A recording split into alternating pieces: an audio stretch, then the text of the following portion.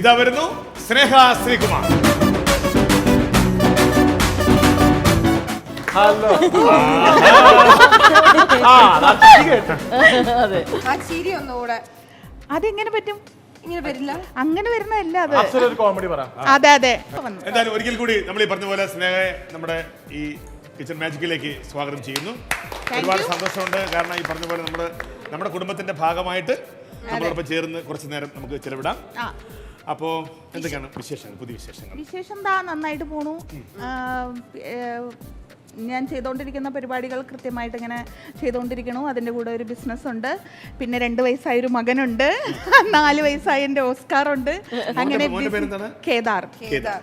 കേദാറിന്റെ വിശേഷങ്ങൾ എന്തൊക്കെയാ? Kedar full time ചെണ്ട കൊട്ടും, പിന്നെ കഥകളിയിലെ ദുര്യോധനം കാണിക്കും. ഫേസ്ബുക്കിൽ താളം കൊട്ടും. ബേസിക്കലി എനിക്ക് തോന്നണം കൊട്ടുകാരനാവാനാണ്. പാട്ട് പാടും, അങ്ങനെ മേക്കപ്പ് ചെയ്യും, എനിക്ക് പൊട്ടൊക്കെ തൊട്ട് തരും.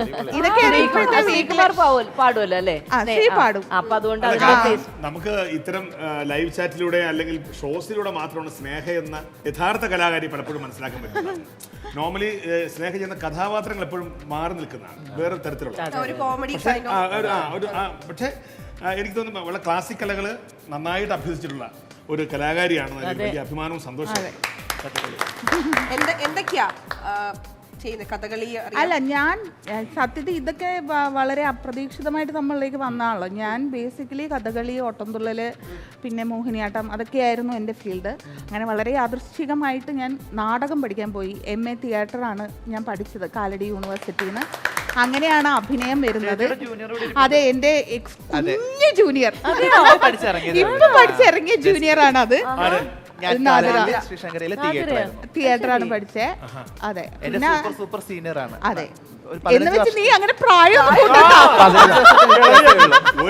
രണ്ട് സൂപ്പർ പറഞ്ഞോ? നീ പറയണ്ട.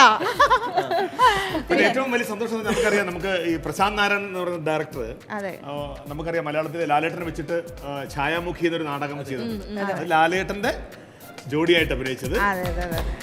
അത് എപ്പോഴും നമുക്ക് സ്പെഷ്യലാണല്ലോ. കാര്യം ഞാൻ MA പഠിച്ചുകൊണ്ടിരിക്കുന്ന സമയത്താണ് അങ്ങനെ ഒരു നാടകം ചെയ്യണേ. അത് എന്നെ സംബന്ധിച്ച് ഭയങ്കര ഒരു എക്സ്പീരിയൻസ് ആണ്. കാര്യം നമ്മൾ സിനിമയിൽ വർക്ക് ചെയ്യുന്ന ആൾക്കാരുടെയൊക്കെ ഇൻ്റർവ്യൂ എടുക്കുമ്പോൾ എല്ലാവരും പറയും ലാലേട്ടൻ്റെ കൂടെ അഭിനയിക്കണം, മമ്മൂക്കയുടെ കൂടെ അഭിനയിക്കണം. ഇതൊന്നും നമ്മുടെ ജീവിതത്തിൽ ഇല്ലാത്തപ്പോൾ ഞാൻ കോളേജിൽ പഠിച്ചുകൊണ്ടിരിക്കുന്ന സമയത്ത് ചെയ്തൊരു നാടകമാണ് ലാലേട്ടൻ്റെ കൂടെ അഭിനയിച്ച ഛായാമുഖി എന്ന് പറയുന്ന നാടകം. അത് ഭയങ്കര സ്പെഷ്യലാണ്. അത് കഴിഞ്ഞ് പിന്നെ വർഷങ്ങൾ കഴിഞ്ഞിട്ട് വെളിപാടിൻ്റെ പുസ്തകം. അതെ, വർഷങ്ങൾ. അതിനുശേഷം ടെലിവിഷൻ വന്നു, സിനിമകൾ വന്നു. കുറേ സിനിമകൾ ചെയ്തിട്ടാണ് ലാൽജോ സാറിന്റെ വെളിപാടിന്റെ പുസ്തകം എന്ന് പറയുന്ന സിനിമയിൽ വീണ്ടും ലാലേട്ടന്റെ കൂടെ അഭിനയിക്കണം.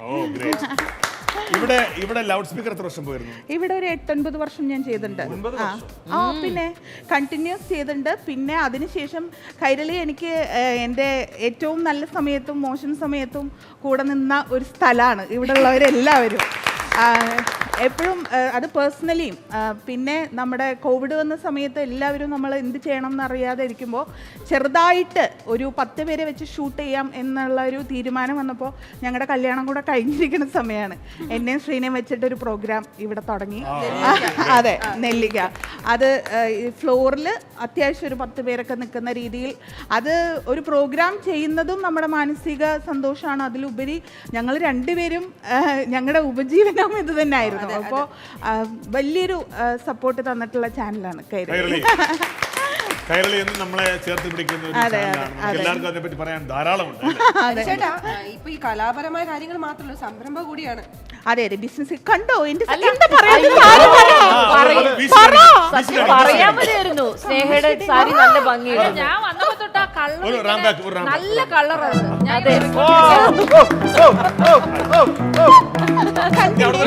ഒരു ചാട്ടം, ഒരു കറക്കം.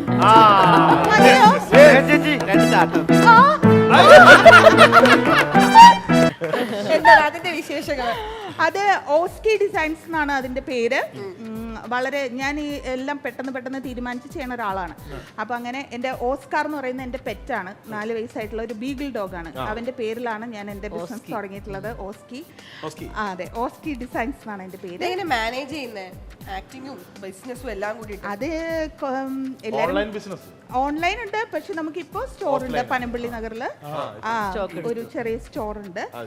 ഞാൻ തന്നെയാണ് എല്ലാം മാനേജ് ചെയ്യുന്നത്. ഒരേ സമയം തൊഴിലാളിയും മുതലാളിയും പിന്നെ തലയിൽ വെച്ച് കൊറിയറൊക്കെ ചുമന്നുകൊണ്ട് പോകും. അങ്ങനെ പല പല ഘട്ടങ്ങളിലൂടെയാണ് ബിസിനസ് പോയിക്കൊണ്ടിരിക്കുന്നത്. Very good, very good, super. ഒരുപാട് സക്സസ് ആവട്ടെ. അതെ, താങ്ക് യു. അപ്പോൾ ഈ പറഞ്ഞ പോലെ നമുക്ക് അഭിമാനിക്കാൻ പറ്റുന്ന ഒരു കലാകാരി എന്ന നിലയിൽ, ഒരു ബിസിനസ്സുകാരി എന്ന നിലയിലൊക്കെ നമുക്ക് അഭിമാനിക്കാൻ പറ്റുന്ന ഒരു കൂട്ടുകാരിയാണ് സ്നേഹ. താങ്ക് യു സോ മച്ച് സ്നേഹ. ഇനിയും ഒരുപാട് ഒരുപാട് ഉയരങ്ങൾ താണ്ടാൻ കഴിയട്ടെ എന്ന് പ്രാർത്ഥിക്കുന്നു, ആശംസിക്കുന്നു. Thank you.